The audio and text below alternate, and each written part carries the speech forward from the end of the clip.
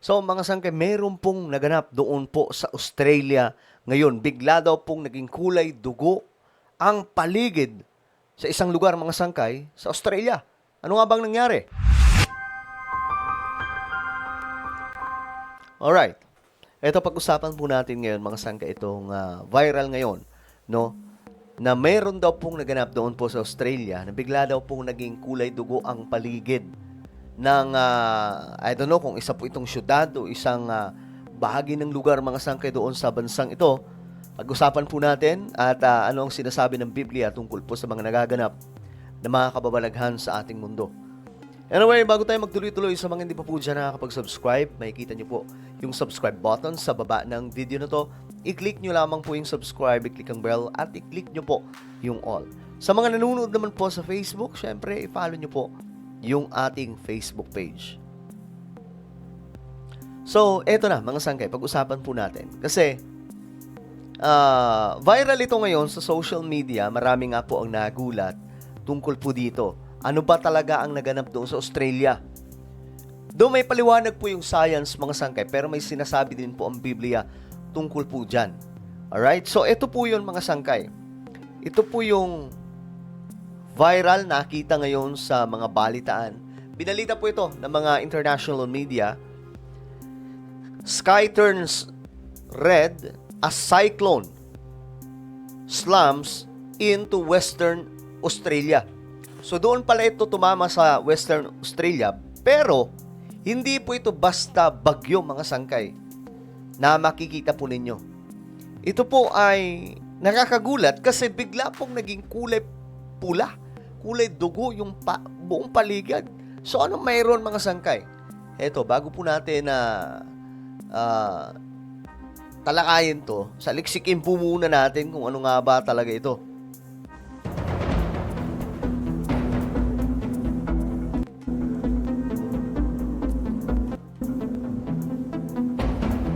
The sky turned blood red in Western Australia's Shark Bay ahead of the arrival of tropical cyclone. So may bagyo mga sangkay na paparating, pero naganap po muna ito mga sangkay bago po yung pagdating ng bagyo. Grabe, no? Sobrang creepy ito mga sangkay kung titingnan, nakakakilabot. Bilang tao, natural mga sangkay na nararanasan natin yung ganun, yung matakot po tayo.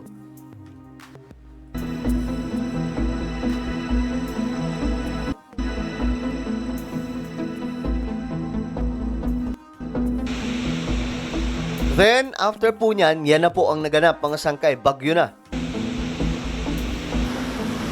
So, isa po itong category 4 na bagyo.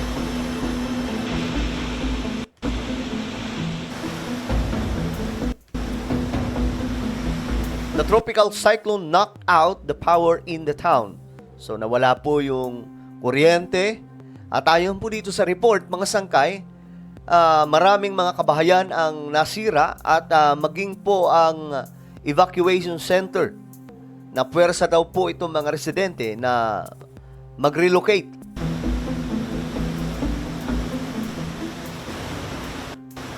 Firstly, tropical cyclone Narelle. Narelle is a severe tropical cyclone and Severe. is Ibig sabihin, ganun po siya kalala na cyclone. impacting communities along the Gascoyne coastline, packing wind gusts of up to 260 kilometers per hour.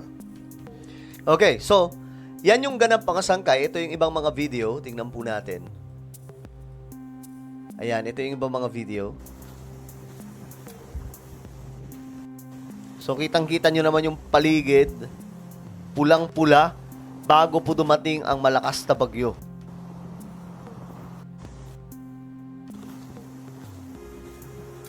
Nakakatakot tingnan mga sangkay, no? Grabe. Hindi ko maalala mga sangkay na may naganap nito sa Pilipinas. Parang wala pa po, no? Never pa itong nangyari sa ating bansa yung ganitong klaseng pula. Hindi po ito AI. Kasi alam po natin sa social media ngayon, marami na po mga AI-generated videos. But this one, mga sangkay, hindi po ito AI. Kasi ito, nireport nga po ito mga sangkay sa And roads have Balitaan. been damaged as tropical cyclone Narelle smashed into the WA coast. Coral Bay took a direct hit from her fury as the system crossed as a Category 3 storm. Okay, so binalita po ito sa mga balitaan. Pati ito mga sangkay, tingnan po ninyo. And it crossed Carnarvon as a Category 2 storm. Now, we have some fantastic pictures of the dust storm that was whipped up as the system... Okay, ayon po sa paliwanag nila, bago po maganap, nagkaroon po ng dust storm na nagdulot daw po ng red kulay pula, mga sangkay, na paligid. approach, it blanketed towns in this ominous warning of what was to come. It was quickly washed away by... So, yun ang sinasabi po nila dahil po sa dust storm. Pero alam niyo mga sangkay, ito ang matinding magaganap sa huling kapanahunan na pwede nating ma-relate tungkol dyan. Pero this is more severe mga sangkay kasi ayon po sa Biblia, ito mula po sa Bible, Joel chapter 2. Magpapakita ako ng mga kababalaghan sa langit, sa lupa, dugo, apoy, at makapal na usok. Ang araw ay magdidilim, at ang buwan ay pupulang parang dugo, bago dumating ang dakila at nakakatakot na araw ni Yahweh.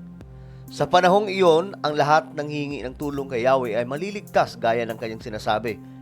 Okay, so ito po yung mga magaganap mga sangkay in the last days, and I believe that we are living in the last days mga sangkay as we experience and witness mga sangkay the prophetic events that is happening in our generation.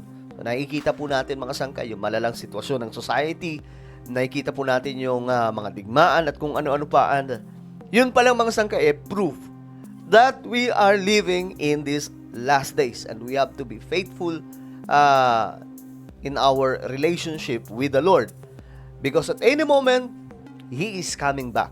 Pero mga sangkay, yun na nga po, in the last days makakakita daw po tayo ng mga kababalaghan sa langit.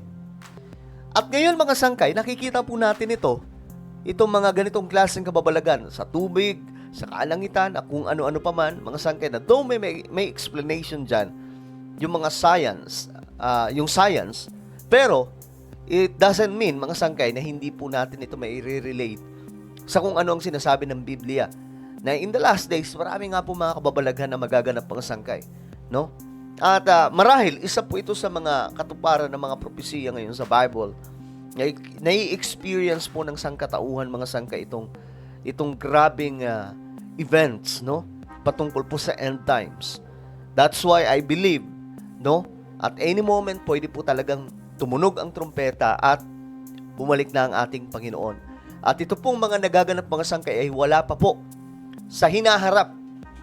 Mas malala pa po ang hinaharap mga sangkay kasi ayon po dito, ang araw ay magdidilim. Just imagine mga sangkay kung paano magdidilim ang araw. Na-experience po natin, tawag po namin dyan bakunawa sa Samar. Yung, ano ba tawag doon? Yung nagtatama mga sangkay yung araw at saka buwan, parang nagsasalubong po ata sila, or I don't know how to explain that. Mga sangkay, bigla pong nagdidilim saglit, 'di ba? Pero iba to mga sangkay. Pag ang araw magdilim, ang sinasabi ng Biblia, malala to kasi sabi pa dito, ang buwan ay pupulang parang dugo. So magaganap ang lahat ng ito mga sangkay, itong ganitong kalala sa araw po ng Great Tribulation. So ito ay babala sa ating lahat ng mga Kristiyano na maging faithful po tayo sa ating Panginoon. Kasi lahat ng itong mga nakikita po natin ngayon na mga kababalaghan sa paligid, mga digmaan, climate change, and many calamities, mga sangkay, hindi po ito nangyayari na parang dahil lamang po sa kagawa ng tao, but it's happening because it is written in the Bible. Alright? So ano po ang inyong opinion? Comment down below. Guys, huwag niyo pong kalimutan na i-subscribe yung ating YouTube channel. God bless everyone.